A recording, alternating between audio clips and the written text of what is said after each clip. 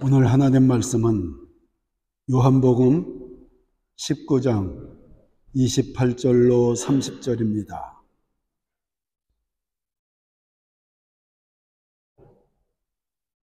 읽어 올립니다. 후에 예수께서 모든 일이 이미 이룬 줄 아시고 성경으로 응하게 하려 하사 가라사대 내가 목마르다 하시니 거기에 신 포도주가 가득히 담긴 그릇이 있는지라.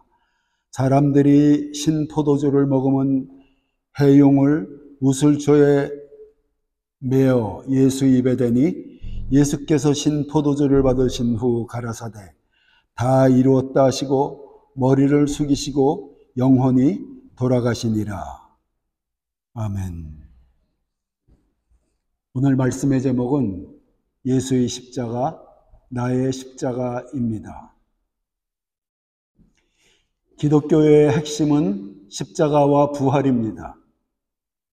다음 주일은 십자가 죽음 이후에 부활하신 부활주일입니다. 이번 주일은 예수의 십자가 고난이 시작되는 고난주일입니다. 십자가는 크게 두 가지로 나눌 수가 있습니다. 하나는 예수의 십자가이십니다. 다른 하나는 우리의 십자가입니다. 예수의 제자된 우리가 지고 가야 될 십자가, 그리고 예수가 고난 중에 지신 십자가, 오늘 알아봅니다. 첫째, 예수의 십자가입니다. 우리는 보통 기독교인들이 이렇게 표현합니다. 예수가 하늘의 영광을 버리시고 이 땅에 오셨다. 그렇다면 하늘의 영광 속에 계셨던 예수님, 어떤 영광이었습니까? 요한복음 17장 5절에 예수님이 이렇게 말씀하십니다. 아버지여, 창세전에 내가 아버지와 함께 가졌던 영화로서 지금도 아버지와 함께 나를 영화롭게 하옵소서.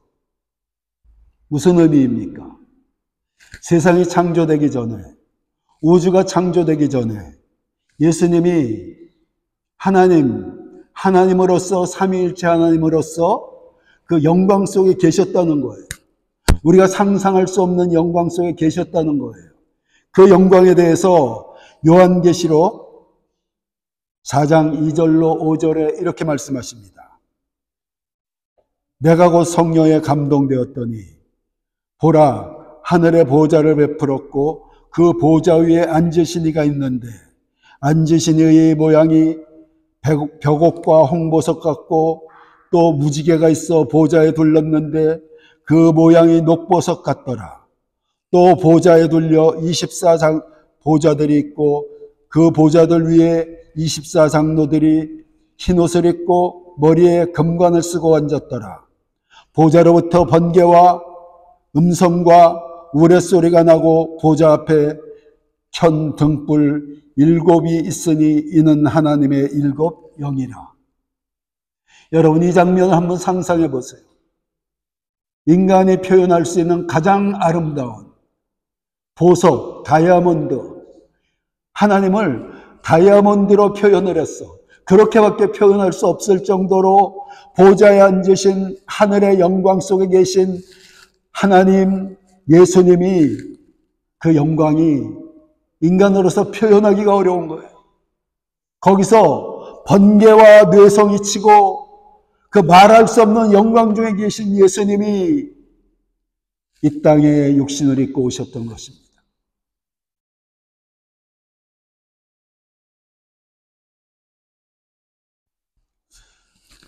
예수 그리스도에 대해서 요한계시록에 여러 번 설명이 되어 있어요. 요한계시록 5장의 11절로 14절 이렇게 기록이 되어 있습니다. 내가 또 보고 들으매 보좌와 생물들과 장로들을 둘러선 많은 천사의 음성이 있으니 그 수가 만만이요 천천이라. 큰 음성으로 이르되 죽임을 당하신 어린 양은 능력과 부와 지혜와 힘과 존귀와 영광과 찬송을 받으시기에 합당하도다 하더라. 내가 또 들으니 하늘 위에와 땅 위에와 땅 아래와 바다 위에와 또 그 가운데 모든 피조물들이 이르되 보좌에 앉으신 이와 어린 양에게 찬송과 존귀와 영광과 권능을 세세토록 돌릴지어다 하니 내 생물이 이르되 아멘하고 장로들도 엎드려 경배하더라.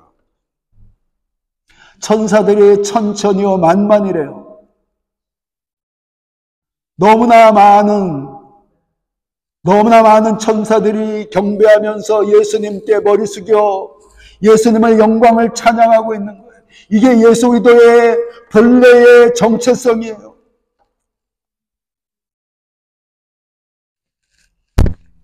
그런데 그 예수님이 그 하늘의 영광 보좌를 버리시고 이 땅에, 이 누추한 세상에 여러분들과 저와 같은 인간의 몸을 입고 오셨다는 거예요.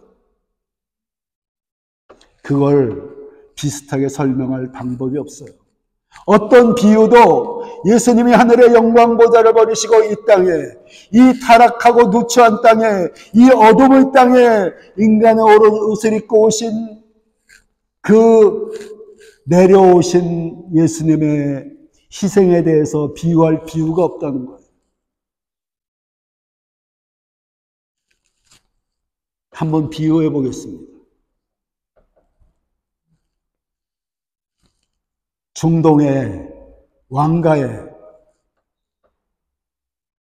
재산이 헤아릴 수 없는 수경의 재산이 있는 어떤 왕가에 수천억의 그 화려한 집에 살고 있었던 왕자가 그 집을 버리고 인도 혹은 아프리카 가장 비천해서 정말 그 눈으로 보기 어려울 정도로 비천한 그런 지역에 스스로 내려가서 그곳에서 그들과 함께 그 땅바닥에서 낡은 옷을 입고 음식을 할 수 없는 음식을 먹으면서 살아가는 이런 희생. 이 비유도 예수님이 이 땅에 오신 것과는 1000분의 1, 10,000분의 1도 비견할 수 없는 비유라는 것입니다. 그렇게 예수님이 이 땅에 오신 목적이 무엇입니까? 여러분, 예수님이 이 땅에 오신 목적이 무엇입니까? 사형당하러 오셨어요. 사형당하러 오신 거예요. 십자가 사형을 위해서 오셨어요. 제자들에게 가르치는 3년의 세월은 예수님은 그저 그 제자들에게 가르치기 위한 시간이었고 최종 목적은 십자가에 못 박혀 죽는 것, 이걸 알고 그것을 위해서 하늘의 영광을 버리고 이 땅에 오셨어요. 여러분들 때문에, 나 때문에 우리 죄를 용서하실 길을 여시기 위해서. 여러분, 예수님이 당하신 그 십자가의 사형은 인간이 고안해낸 역사 이래의 모든 사형의 방법 중에서 가장 잔인하고 혹독한 형벌이었어요. 역사가들이 이야기합니다. 중국에 비견될 만한 형벌이 있는데 그 형벌이 뭐냐? 사람을 눕혀놓고 죽이는데 썰어서 죽이는 거예요. 조금씩 5cm씩 썰어서 죽이는 거야. 그럼 죽질 않아. 피가 흘러 자기 몸이 사라지는 것을 계속 보면서 잘 죽지를 않아요. 그래서 내장까지 올라와서 그 심장까지 겨우 와야지 죽는 이런 형벌이 그나마 십자가 형벌과 비슷하다, 이렇게 얘기를 해요.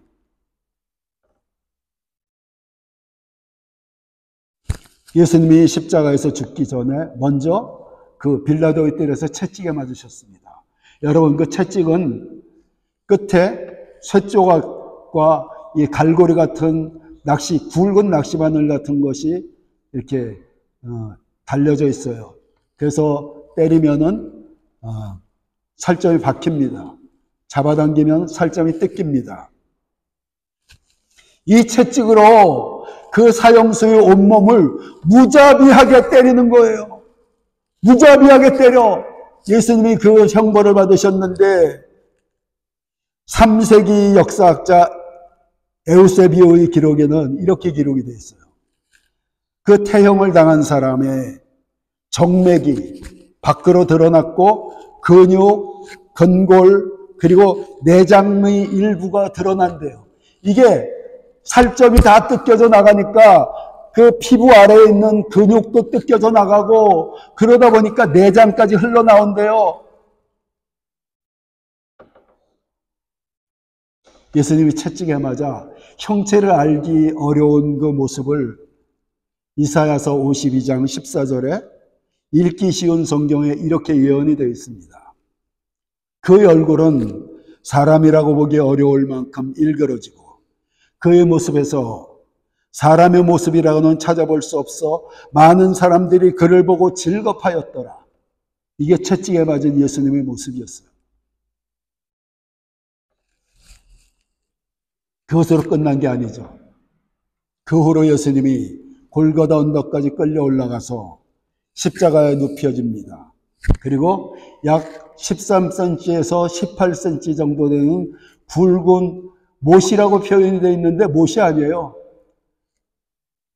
굵은 쇠조각, 이것으로 예수님의 그 손과 발에 박기 시작합니다. 그런데 그 고통을 현대의학에서 이렇게 추출을 해보니까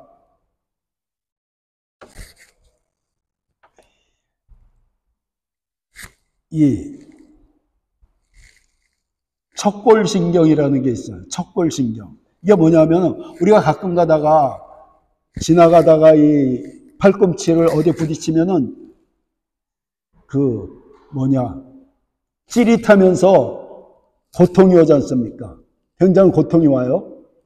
그런데 이 못 박힐 때의 고통, 한 번 박힐 때마다, 망치질을 할 때마다 그 척골신경을 벤치로 잡아서 뒤틀면서 뭉개는, 한 번 박을 때마다 이런 고통이 반복된 거예요. 그런데 못 박힌 것은 고통의 시작입니다. 이렇게 못을 박은 이후에 십자가를 세워요. 십자가를 세우면 어떤 현상이 벌어집니까? 체중을 이 찢겨진 손과 발에 그대로 온몸의 체중이 달려지니까 계속되어지는 말할 수 없는 참혹한 고통이 계속되는 거예요.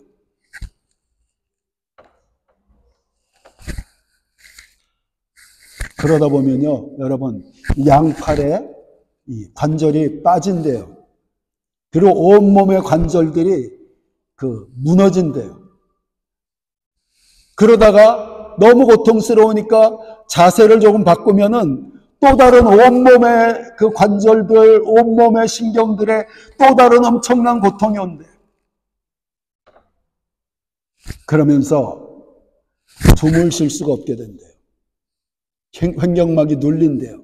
그러면 서서히 숨을 못 쉬고 죽어가니까 이 박힌 채로, 양손과 양발에 대못이 박힌 채로 체중을 들어 올리면서 숨을 쉬어야 된대. 그러면은 양손과 발에 또 엄청난 고통이 몰려오는 거야. 너무 고통스러우니까 숨을 안 쉰 채로 그대로 있다가 보면은 기절을 한대. 그리고 다시 정신이 안 돼. 그러고 다시 숨을 한번 쉬기 위해서 온몸을 들어 올리면은 또 엄청난 고통이 양손과 발에, 온 몸의 관절에 밀려오는 거예요.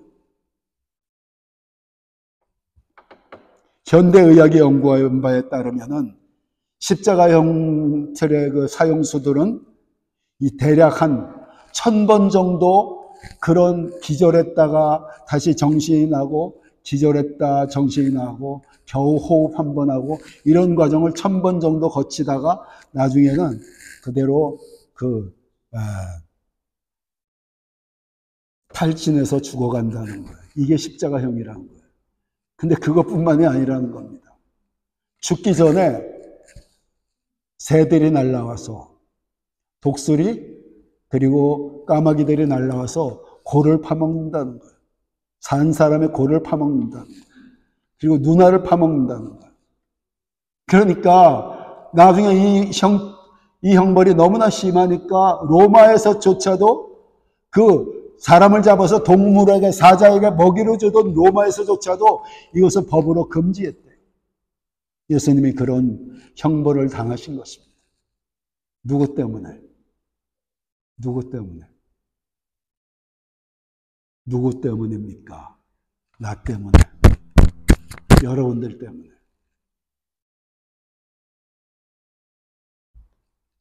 여러분들의 죄를 용서할 길을 열기 위해서.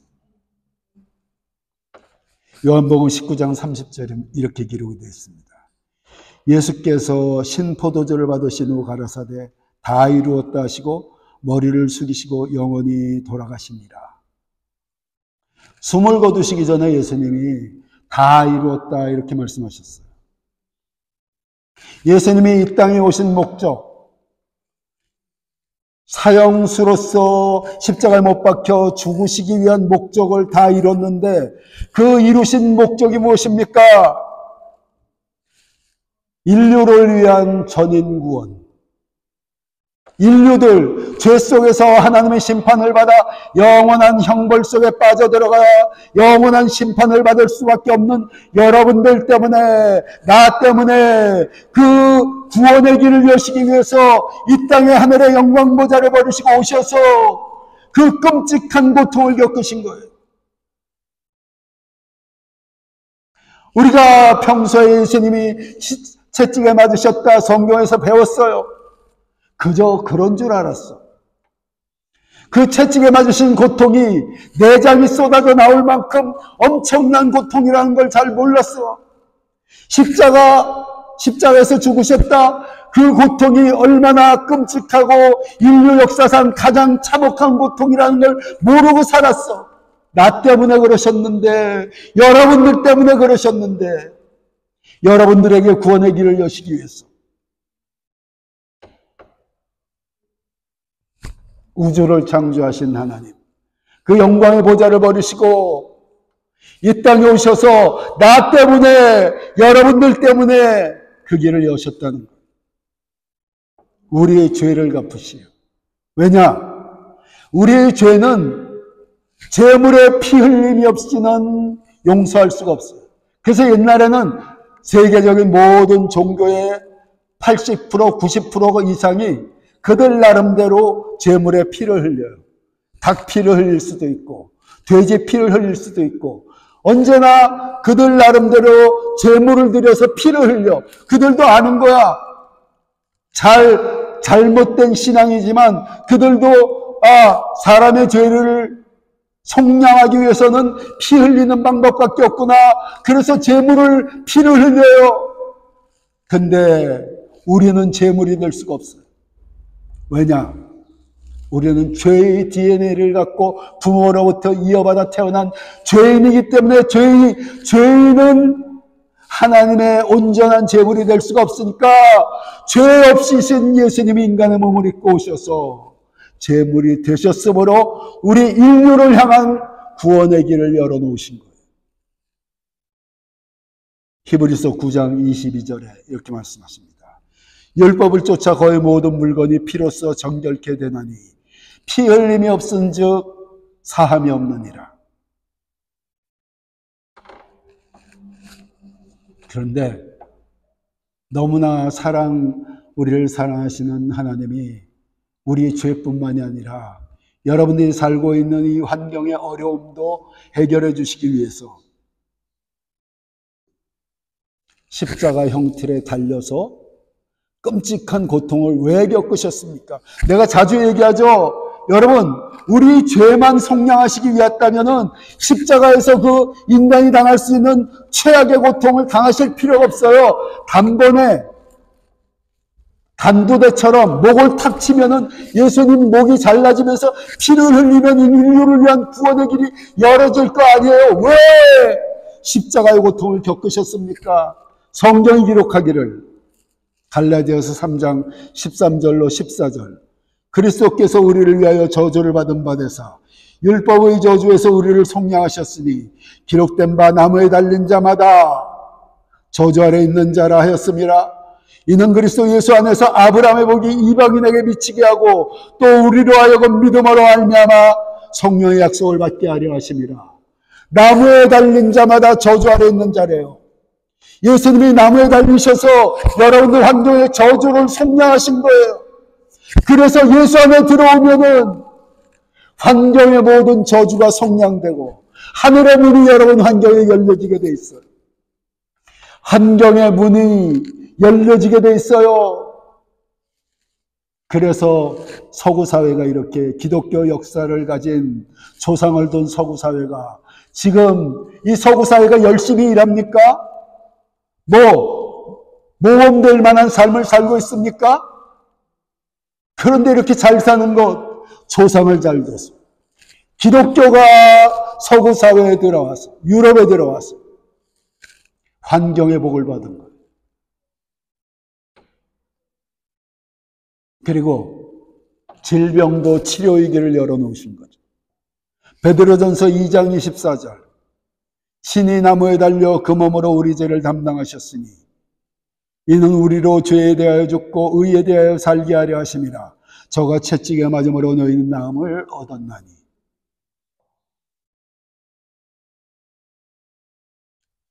이 시대의 의학이 해결할 수 없는 수많은 질병들이 있습니다. 여러분, 질병은 인류 역사에 있어서 결코 의학으로 정복되지 않아요. 왜냐? 질병은 인간의 죄로 인해서 하나님이 허락하신 심판이기 때문에 인간이 아무리 발달해도 의학은 해결되지 않아요. 그 의학으로는 질병을 정복하지 못해요. 그래서 우리는 새로운 질병, 새로운 바이러스들이 계속 일어나는 걸 경험하지 않습니까? 얼마 전에 팬데믹을 경험했지 않습니까? 그거 새로운 바이러스야. 그거 해결하기 위해서 얼마나 노력했습니까? 여러분, 그거 해결하고 나면은 또 다른 바이러스가 오게 돼 있어요.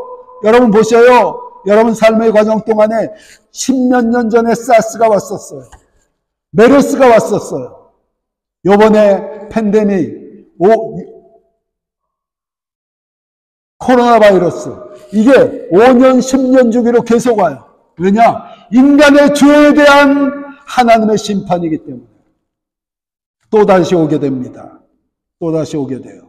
두고 보셔요. 그러니까 인간의 의학이 아무리 발달해도 해결될 수가 없어. 그런데 예수님이 채찍에 맞으시는, 내장이 쏟아져 나오는 채찍에 맞으셔서 저가 채찍에 맞음으로 너희는 나음을 입었나니 우리는 치료받을 수 있는 길이 열려져 있는 거예요.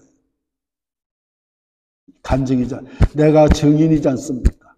의학으로 2번이나 해결할 수 없었던 폐결핵으로 죽음 직전에 있었을 때 하나님이 치료해 주셨고, 암으로 죽어갈 때 하나님이 치료해 주신 것, 이 말씀이 있어서 예수님이 채찍에 맞으셔서 내가 나음을 입은 증인이지 않습니까?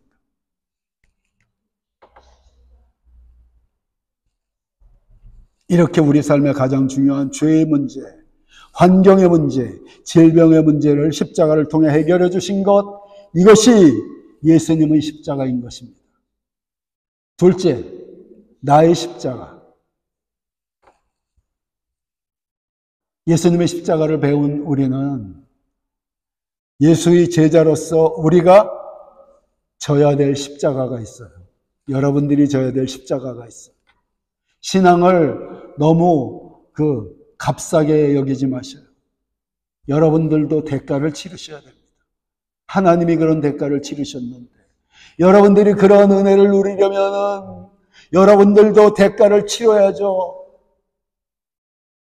마가복음 8장 34절에 이렇게 기록이 되어 있습니다.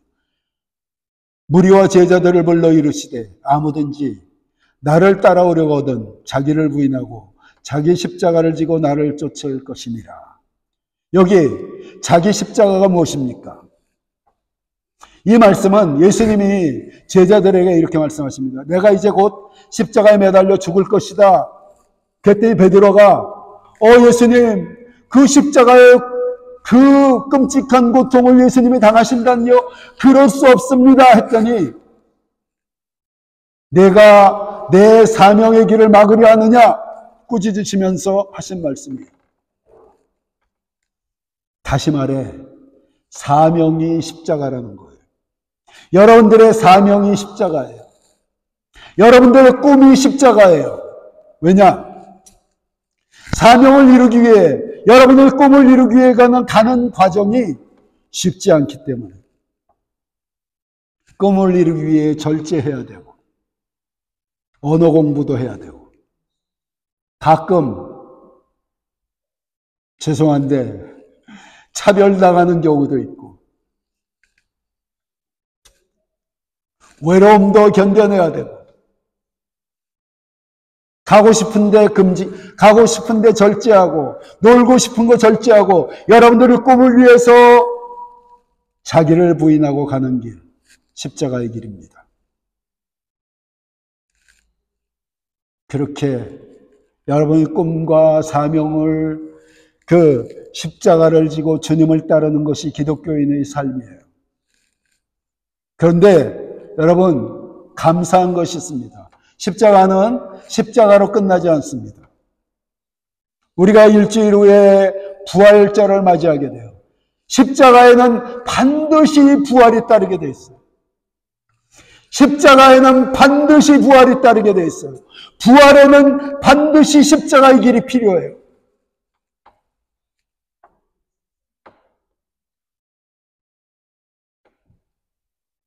여러분들의 꿈의 부활의 열매는 십자가를 통과하지 않고는 결코 얻을 수가 없는 거예요. 자, 우리가 쓰고 있는 이 성전, 발대제 교단 소속 교회입니다. 발대제 교단은 가장 혹독한 십자가를 통과한 교회입니다. 1200년도에 그 프랑스 리옹에 필립 피터 왈도라는 사람이 있었어요. 이 왈도라는 게 영어로 표현된 것이고 이태리 말로는 아마 발데제라고 부르는 모양이야. 맞습니까? 예. 이 사람이 은혜를 받았어요. 그래서 굉장히 부유한 사람이었었는데 성경을 읽기 시작했는데 성경을 읽어보니까 그 당시 카톨릭 교회가 타락해서 성경에서 벗어난 것들이 너무나 많았어. 그래서 성경을 이 사람이 그 자기 돈으로 어떻게 해서든 사람들에게 알리기 시작했어. 그러자 성경과 카톨릭 교회의 가르침이 다른 부분이 드러나니까 카톨릭 교회에서 이 사람을 이단으로 정죄해서 그 스페인에서 불에 태워 죽였어요. 근데 이 사람을 따르는 그 제자들이 있었어요. 그 제자들이 계속해서 성경 읽기, 그 성경으로 돌아가자는 신앙 운동을 펼쳤어요. 그 뒤로 이게 마틴 루터가 종교개혁을 이루기 300년 전 일이야. 그러니까 이 사람이 기독교 역사의 이 사람이 끼친 영향이 굉장히 좋은 거예요. 그런데 그 왈도파가 그 뒤로 100만 명이 카톨릭에 의해서 살해당했어요. 화형당하고 칼로 쳐 죽이고 짐승의 먹이를 참고 그러면서도 신앙을 지켰어요. 그리고 그 카톨릭의 피해를 피해서 알프스산을 넘어왔어. 넘어오다가 내가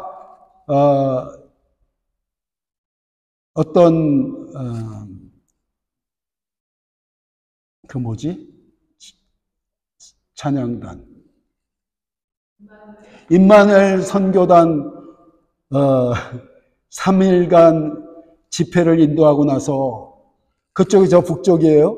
거기 보니까 산으로 이렇게 올라가는데 산길이 이렇게 좁아요. 옆으로는 낭떠러지야.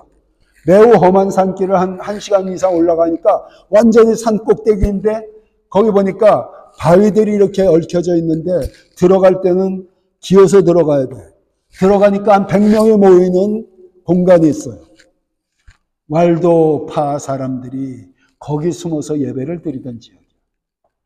그렇게 프랑스에서 알프스를 넘어와서 여기 토리노까지 온 거예요. 토리노에서 정착했어요. 그래서 이 사람들에게는 1000년 가까운 신앙의 유산과 100만 명이 넘는 순교의 피가 흐르고 있는 이 성전. 제가 이 교회에 처음 들어와 자세히 살펴보고서 사실은 좀 실망했어요. 왜냐? 인터넷에서 봤을 때는 괜찮아 보였는데 들어와서 보니까 너무 낡은 거야. 그리고 저 구석 같은데 좀 이렇게 좀 정리도 덜 돼 있고 그래서 사실은 좀 실망하고 마음에 불만이 생겼어. 그런데 사모가 기도하는데 하나님이 내 마음을 정확히 지적을 하시더라고. 너는 이 교회가 어떤 교회인지 아느냐? 순교자들의 피가 흐르고 있고 피와 눈물로 기도로서 세워진 교회, 오랜 신앙의 전통이 있는 교회, 이 교회에 너희들을 세워준 것이 얼마나 영광스러운 일인지 아느냐? 아무나 세워주는 자리가 아닌데 우리가 이 자리에 들어오게 됐을 때 먼저 예배드리는 자리에서 국제교회가 있었지 않습니까? 그 사람들이 여기 우리가 들어가게 됐다니까 너무나 부러워하는 거야. 그 사람들은 수십 년간 거기서 예배드렸는데 여길 들어오질 못했어요. 여기 들어오길 그렇게 원했대. 근데 우리는 이 작은 물인데 이 역사와 전통이 있고 신앙의 피가 흐르고 있는 이 교회에 우리가 들어오게 돼 있고 이것은 깊은 영적 의미가 있는 것이라는 것입니다. 불만을 품은 내게 주님이 책망을 하시. 너무나 정확하게 아내를 통해서 얘야 회개해라. 혹시 이 자리의 성도들도 나와 비슷한 실망이 있다면 오늘 이 말씀을 통해서 이 성전에 대한 영적 의미를 이해하시기 바랍니다. 그리고 그 가치를 깊이 깨달으시기 바랍니다. 여러분들이 이 자리에 서서 찬양하는 것, 이 자리에 앉아서 예배하는 것, 제가 이 자리에서 말씀을 전할 수 있는 것, 이것은 정말 귀중한 하나님이 특별히 세운 은혜라는 사실을 기억하시기 바랍니다. 아무나 설 수 있는 자리가 아니에요.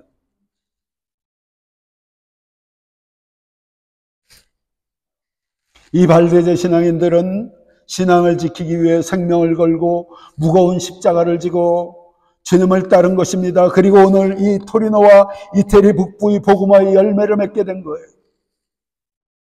이 타락한 시대의 신앙을 지키는 것은 십자가의 길입니다. 세속의 유혹을 물리치고 우리 육신과 싸우며 꿈의 길, 사명의 길을 가는 것은 자기를 부인하는 십자가의 길입니다. 그러나 모든 십자가에는 부활의 열매가 있고 영광이 따르게 되어 있어요.